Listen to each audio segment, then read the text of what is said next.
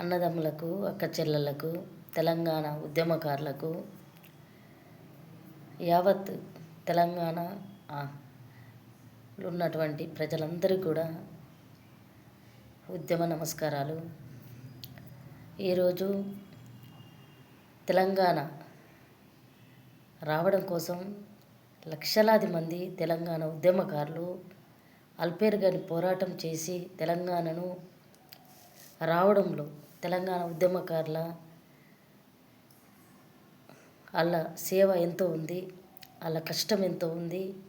ఇవాళ రేవంత్ రెడ్డి గారు తెలంగాణ ఇచ్చింది మేమే, తెలంగాణ ఉద్యమకారులకు కూడా మేము న్యాయం చేస్తామని మేనిఫెస్టోలో పెట్టడము, 250 గజాల భూమి, 25,000 పెన్షన్, అదేవిధంగా ఉద్యమకారులను గుర్తించడానికి సంక్షేమ బోర్డు పెట్టి తెలంగాణలో ఉన్నటువంటి ఎవరెవరైతే తెలంగాణ కోసం ఉద్యమం చేసిండ్రో వాళ్ళందరినీ కూడా గుర్తిస్తాం సంక్షేమ బోర్డు ద్వారా అని చెప్పడము.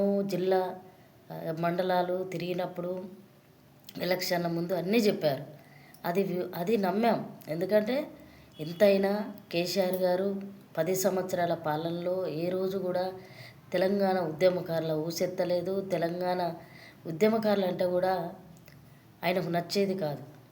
తెలంగాణ ఉద్యమ సమయంలో తెలంగాణ ఉద్యమము ఒకవైపు, తెలంగాణను వ్యతిరేకించిన వాళ్ళు ఒకవైపు ఉన్నప్పుడు వ్యతిరేకించిన వాళ్ళని తీసుకొచ్చుకొని కేసీఆర్ గారు వాళ్ళ క్యాబినెట్లో పెట్టుకొని 10 సంవత్సరాలు పరిపాలించాడు. కానీ ఉద్యమకారుల ఊసు మాత్రం ఒక్కనాడు కూడా తీయలేదు.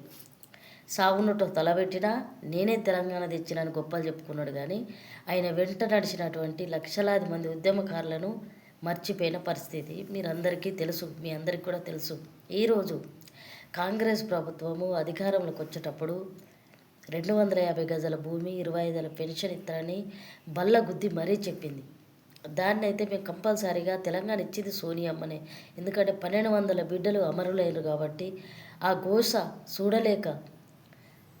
చూడలేక తెలంగాణ ప్రకటించింది. కాబట్టి ఖచ్చితంగా తెలంగాణ ఉద్యమకారులకు సోనియా గాంధీ గారు, రాహుల్ గాంధీ గారు ఎన్నో సభలలో కూడా ఉద్యమకారులకు మేము ఇచ్చిన హామీలను ఖచ్చితంగా నెరవేరుస్తామని వారు చెప్పడం జరిగింది. కాబట్టి ఖచ్చితంగా వాళ్ళు న్యాయం చేస్తారని మేము అనుకున్నాము.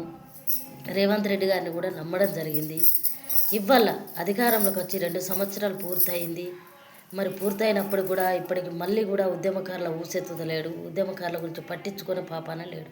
ఎందుకంటే ఎన్ని కార్యక్రమాలు చేసినా మేము తెలంగాణ ఉద్యమకారుల జాయింట్ యాక్షన్ కమిటీ ద్వారా, TUJS ద్వారా తెలంగాణ ఉద్యమకారుల కోసం ఊరూరా, మండలం, జిల్లా తిరుగుతూ కమిటీలు వేస్తూ తెలంగాణ ఉద్యమకారుల అవస్థలు తెలుసుకుంటూ ఖచ్చితంగా తెలంగాణ ఉద్యమకారుల హామీలను ఈ ప్రభుత్వం నెరవేరుస్తుందని వాళ్ళకు ధైర్యాన్ని ఇస్తూ ముందుకు తీసుకొస్తున్న పరిస్థితి.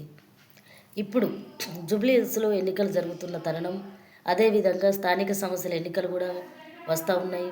ఇప్పటి వరకు కూడా ఉద్యమకారులను గుర్తించలేదు ఈ రాష్ట్ర ప్రభుత్వం. మరి జూబ్లీ హిల్స్ ఎన్నికలలో అగ్రకులం వాళ్ళని ఇద్దరిని, బీసీ సంబంధించిన ముగ్గురు క్యాండిడేట్లు ఇవాళ కాంగ్రెసు, TRS, బీజేపీ తరఫున నిలబడ్డారు. ఈ 3 పార్టీలకు కూడా తెలంగాణ ఉద్యమకారులు ఎవరు కూడా సపోర్ట్ చేయరు. ఎందుకంటే బీజేపీలో గెలిచిన ఎమ్మెల్యేలు కానీ, ఎంపీలు కానీ తెలంగాణలో ఒక్కనాడు కూడా ఉద్యమకారుల హక్కుల కోసం ఇంత కొట్లాడుతున్నారు, వాళ్ళకు న్యాయం చేయండి బీజేపీ పార్టీ మాట్లాడలేదు.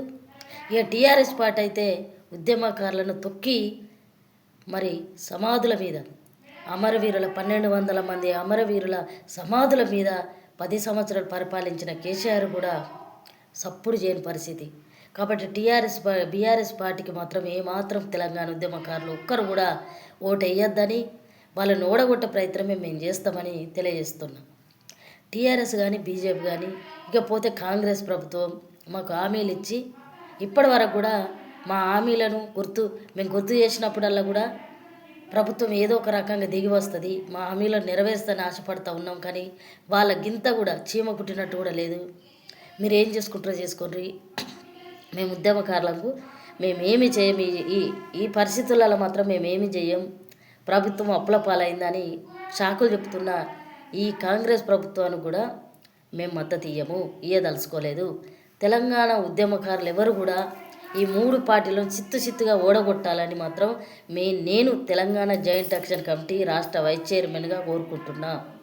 ఎవరైతే మా ఉద్యమకారుల తరపున ఎవరొక్కరు నిలబడ్డా వాళ్ళకు మేము సపోర్ట్ చేస్తాం. ఆ క్యాండిడేట్ను మాత్రం మేము గెలిపించుకుంటాం. మా సత్తా ఏందో మేము నిరూపించుకుంటాం. అప్పుడైనా ఈ రాష్ట్ర ప్రభుత్వానికి అర్థమవుతుంది తెలంగాణ ఉద్యమకారుల సత్తా ఏందో.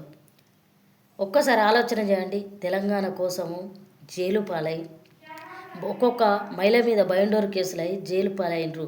బైండోర్ కేసు అయ్యి టౌన్లల్లో రాత్రి 7 దాకా 10 దాకా కూర్చోబెడితే ఆ ఇంటి కుటుంబం పరిస్థితి ఏందో మీరు ఆలోచించండి. అలాంటిది ఎంతోమంది మహిళల మీద బైండోర్ కేసులు, ఎంతోమంది మహిళలు జైలు పాలైనరు, ఎంతోమంది అన్నదమ్ములు జైలు పాలైనరు, ఎన్నో త్యాగాలు చేసిండ్రు, అలా జీవితాలను త్యాగాలు చేసిండ్రు. ఎంతోమంది అన్నదమ్ములు తెలంగాణ రావాలి, తెలంగాణ వస్తే మన నిధులు మన నీళ్లు నియామకాలు మన జాబులు వస్తాయి, భావితరాలు మంచుకుంటారని 1200 మంది బిడ్డలు చనిపోయినరు.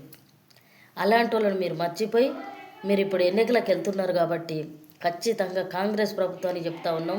కాంగ్రెస్కు, బీజేపీకి, బీఆర్ఎస్కు 3 పార్టీలను కూడా చిత్తుగా తెలంగాణ ఉద్యమకారులు ఓడగొడతారు. మా క్యాండిడేట్ ఎవరైనా నిలబడితే మేము నిలబెట్టుకుంటే ఆ క్యాండిడేట్ని మేము గెలిపిస్తాం. కానీ మీకు ఒక్కరు కూడా ఒక ఓటు పడదని, మీరు నిజంగా గెలిచే అర్హత మీకు లేదు, ప్రజల ముంగోటికి వచ్చే అర్హత మీకు లేదు. కాంగ్రెస్ ప్రభుత్వం అయితే 6 గ్యారంటీలు అన్నది 6 గ్యారంటీలు పోయినాయి. వాళ్ళు ఇచ్చిన హామీలు ఒక్కడు కూడా నెరవేర్చలేదు.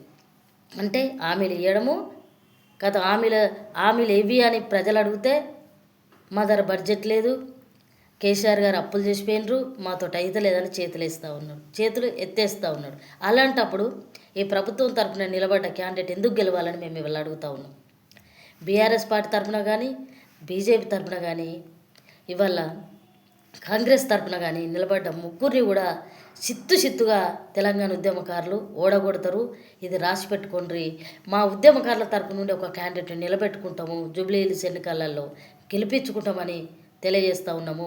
ఇంకో విషయం, స్థానిక సంస్థల ఎన్నికలలో కూడా ప్రతి సర్పంచులు కానీ, ఎంపీటీసీలు కానీ, జడ్పీటీసీల స్థానాలలో మా ఉద్యమకారులను ఖచ్చితంగా నిలబెట్టుకుంటాము, మీ క్యాండిడేట్ను చిత్తుగా ఓడగొడతామని తెలియజేస్తున్నాము.